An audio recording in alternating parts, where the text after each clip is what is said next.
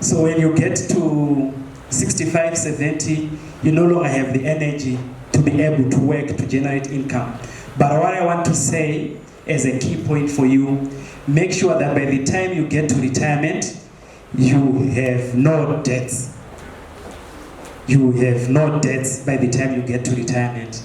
Because if you get to retirement and you have debts all over, you are probably still servicing your mortgage when they come back, like the long-term mortgages, the 25 years mortgages.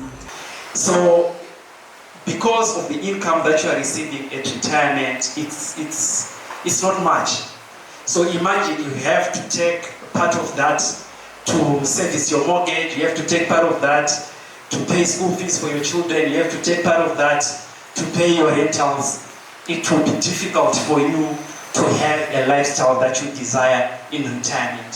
So you need, as you are planning, to make sure that by the time you get to retirement, you are done with the debts, you are done with paying school fees. This, I say it because I have had relatives, some of them, they are probably left with 5 years to retirement, but they are still buying diapers. You know, the challenge that is there is, sorry? Yes. Naturally. You know, so you need to make sure that you avoid things that will put a burden on you when you have retired. Because imagine you are 50, 55 and you're still making babies as a man. You are probably only left with 10, 15 years. You will probably die before that child even goes to university. What then happens to the child if you as the breadwinner is gone? So you need to plan accordingly. So for those who are here, I don't see any young people here. My advice would have been, start your family early. So that by the time you retire, you know that your children are probably done with university. Your money in retirement is only catering for the things that you need to cater for as a pensioner. You are not paying school fees, you are not paying university fees, you are not paying your mortgage, you are not paying your loan when you are in retirement. Because the money in retirement is not that much. So what happens is, when Gloria was presenting also, there's the issue what we call replacement ratio.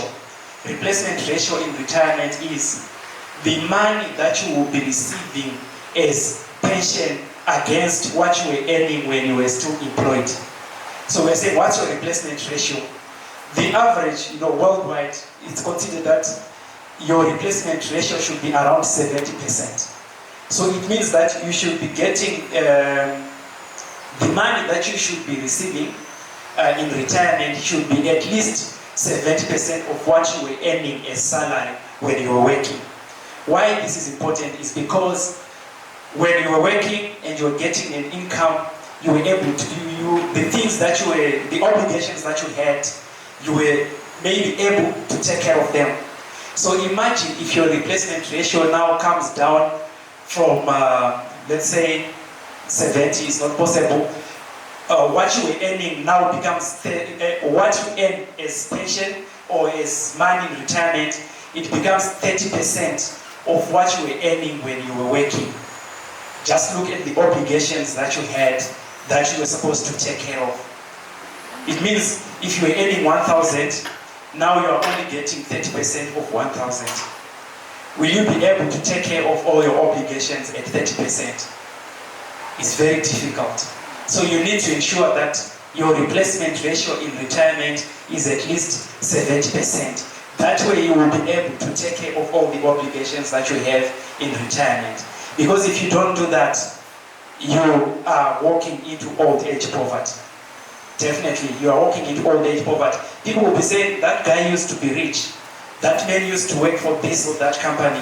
He was the CEO. But now they will be seeing you hanging with the guys by the bridges. The vehicle that you are driving, for CEOs, managing directors, those guys, they earn lots of money, relatively. They earn lots of money. So what they will have is pensionable salary will just be a small component of what they get per month. For instance, let's say your pensionable salary is 1,000. That's the salary. But you have benefits that come in. You have gym allowance, you have school fees, you have this and that, you have fuel, gardener, helper, what. So at the end of the month, you are getting probably around 20,000 as your income. So if you are getting 20,000 as an income, but only 1,000 is pensionable, it means that you are only saving about 7% of 1,000. So if you are saving 7% of 1,000, but you are used to earning 20,000, it means when you get to retirement, your replacement ratio will be very low, probably even less than 10%, because you will no longer have the benefits that you were receiving when you were still employed. You no longer have the allowances for helpers, the gym, school fees and everything. You are only looking at the pensionable salary, which was 1,000, against what you were getting as 20,000 per month. So those are the things that you need to consider as you are planning for retirement. We'll try to be as... okay, it's cutting. Okay, so what is a pension scheme? I want to speak from a pension perspective. This is just a retirement plan. It's a retirement plan just to avoid old age poverty. You are insuring yourself against old age poverty. Why? So that you can get an income in retirement. That's mainly a pension scheme.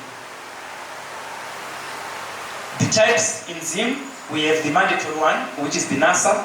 We have the civil service pension scheme, which is for civil servants. We have the voluntary occupational pension scheme. This one is for, your employer sets up a pension scheme for staff, which is privately run. It's run by your pension fund or an administrator. So that's the voluntary one. Then the individual pension plans. So what happens is, if you have a voluntary pension scheme, you can actually participate in the individual pension plan as well.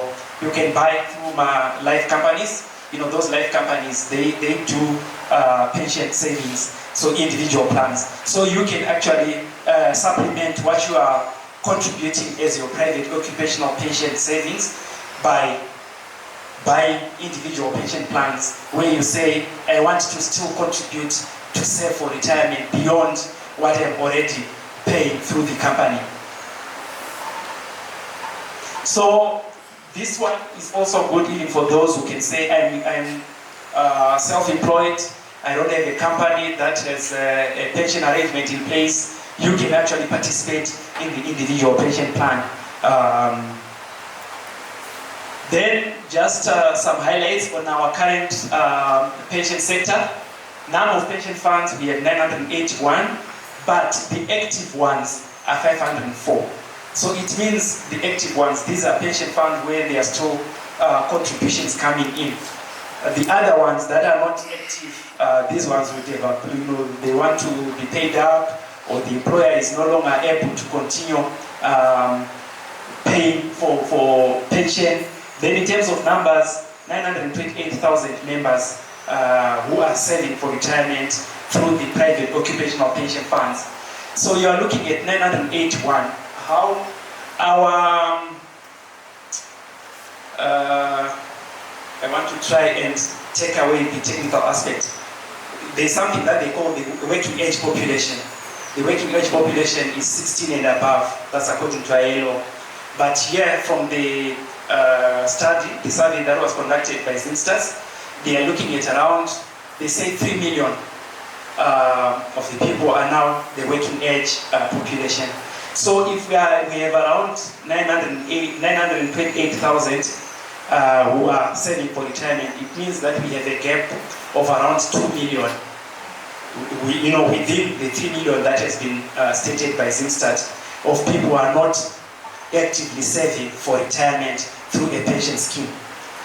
If you look at NASA, which then covers both private and occupational, in terms of by virtue of being mandatory, that people are saving through NASA. NASA says there are about 1.something million people who are on pension arrangements with NASA. So that tells you that there is still a gap. But again, we are told that we have about a population of almost 8 million people who are, who should be working. So out of 8 million, and you have less than 1 million people are saving for retirement. There is a serious gap there, which gives us challenges. It means that there is probably going to be a burden on the government to take care of these people, a social security when they retire. Then pensioners, like the people who are currently receiving pension benefits, as pensioners, that's 35,000. Number of beneficiaries, these are spouses, children of members who may have died, that's 25,000. Biblically, I had the Bible being quoted, so I felt comfortable because you also have to be sensitive. And that's Numbers 8:23. Said, the Lord said to Moses, this applies to the Levites. Men 25 years old or more should to take part in the work at the tent of the meeting, but at the age of 50, they must retire from their regular service and work no longer. That's retirement. You know, it's given that you will get to a point where you need to retire. Then Thessalonians, it says, for you yourselves know how you ought to imitate us, because we were not idle when we were with you, nor did we eat anyone's bread without paying for it. But with toil and labor, we worked night and day, that we might not be a burden to any of you. So if you plan for your retirement, you won't be a burden to anyone. You won't be a burden to your siblings, you won't be a burden to your children, you won't be a burden to your parents, because you planned your things. You know, if you don't plan, there is a problem that you become a burden to other people. Then benefits of retirement planning. Obviously, it helps secure income after you have retired. We all need an income after we've retired because we have obligations that we need to take care of. If you don't have an income after retirement, there's a very big problem. In fact, a study or a survey that was conducted, they said sometimes if you look people up, some people, they don't last 5 years after they have retired, they will be gone. It's because of the stress associated with the life in retirement. I know someone in Kadoma who used to work at a company and they were retrenched in 2016. Following that judgment, the gentleman could not take it, so he would wake up every day. He was no longer working, but he would wake up every day in the morning, get in the comp with people who are going to work, spend the day with the newspaper vendors. At lunch, he goes back home to eat lunch and come back to town. Then he goes back at 4 or 5 with the rest of the working people as they are going home. He couldn't take life at home. So those things can happen. You may find it very difficult to manage your life in retirement if you really have not planned for your life. It reduces burden on the relatives and the state. Because if you don't have an income, the state is said to have an obligation to take care of you.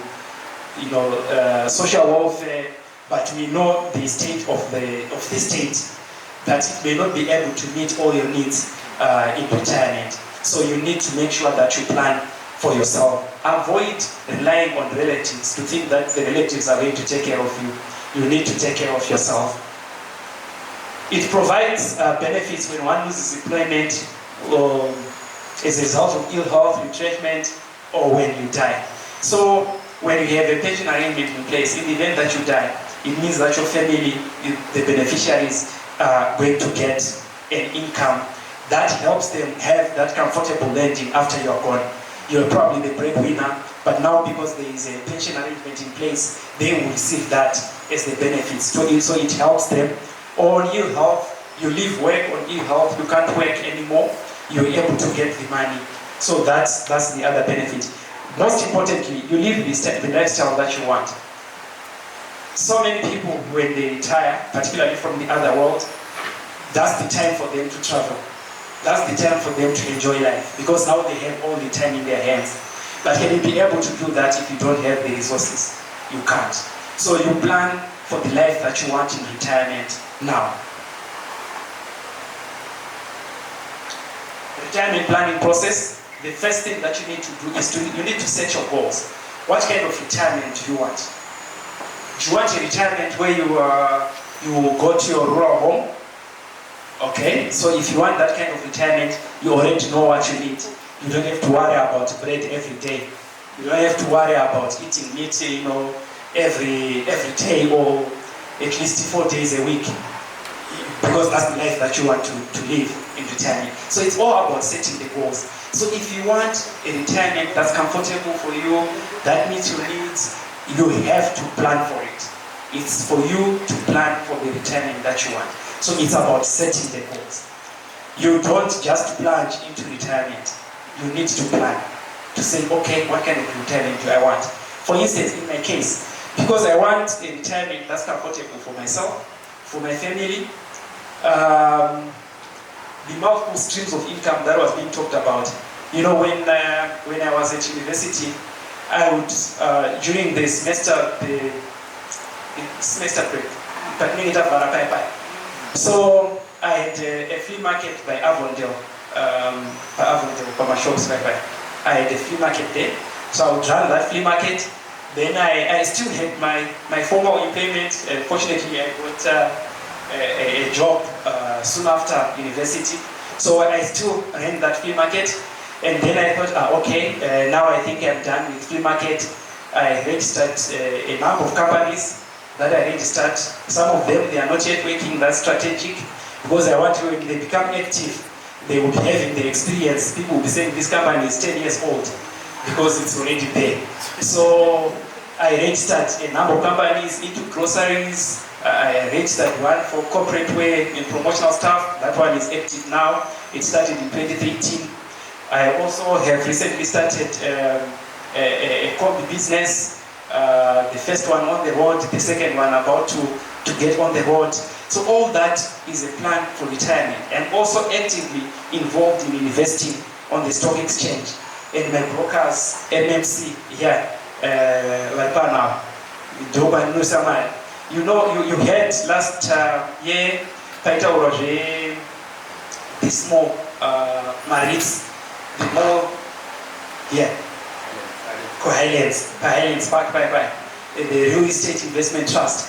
So it was going for 28 cents per unit when they launched. Fortunately, for that particular quarter, I was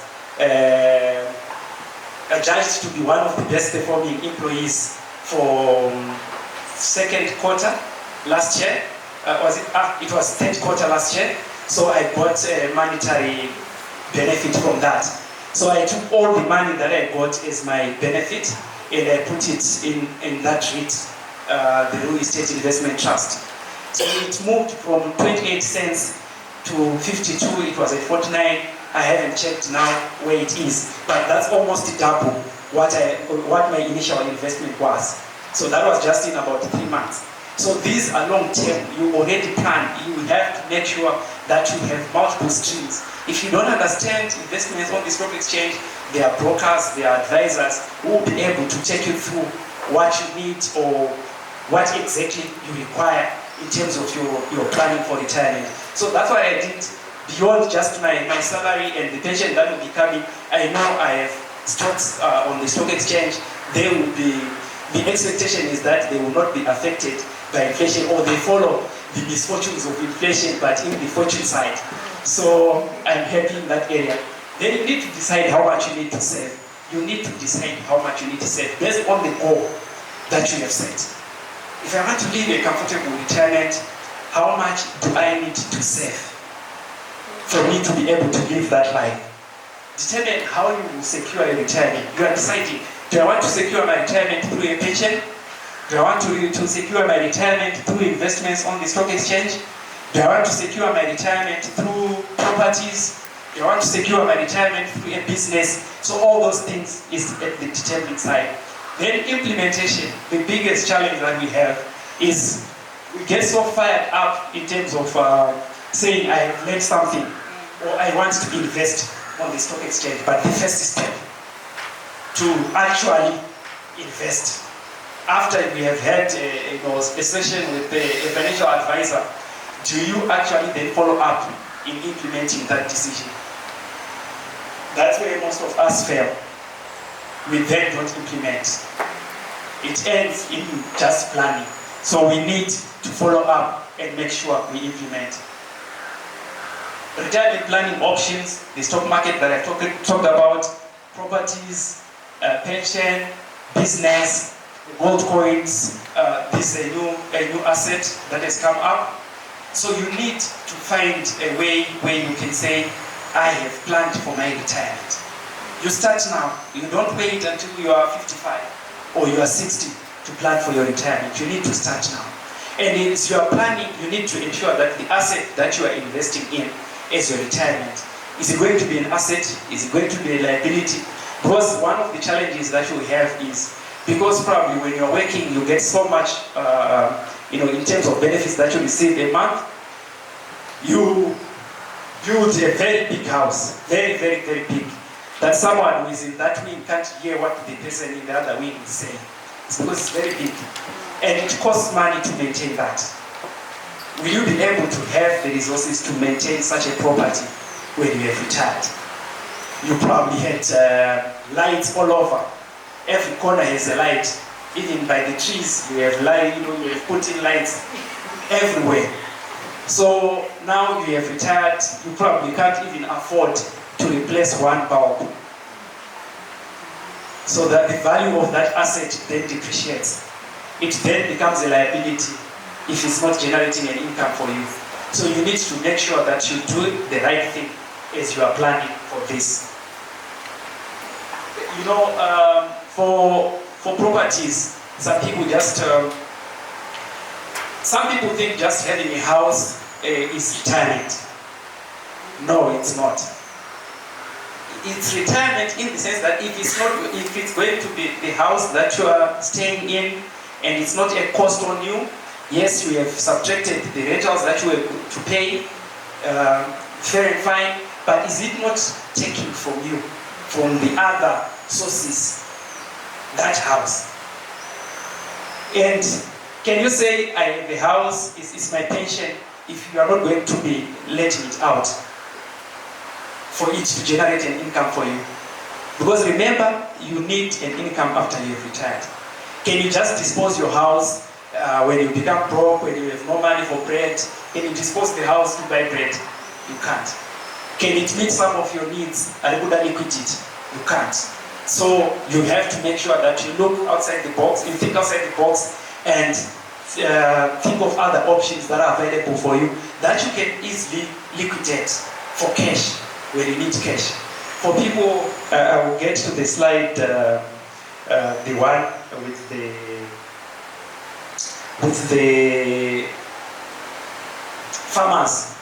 I remember someone was saying for farmers in Mashingo, almost every year there is foot and mouth, I think, that strikes the country around in January.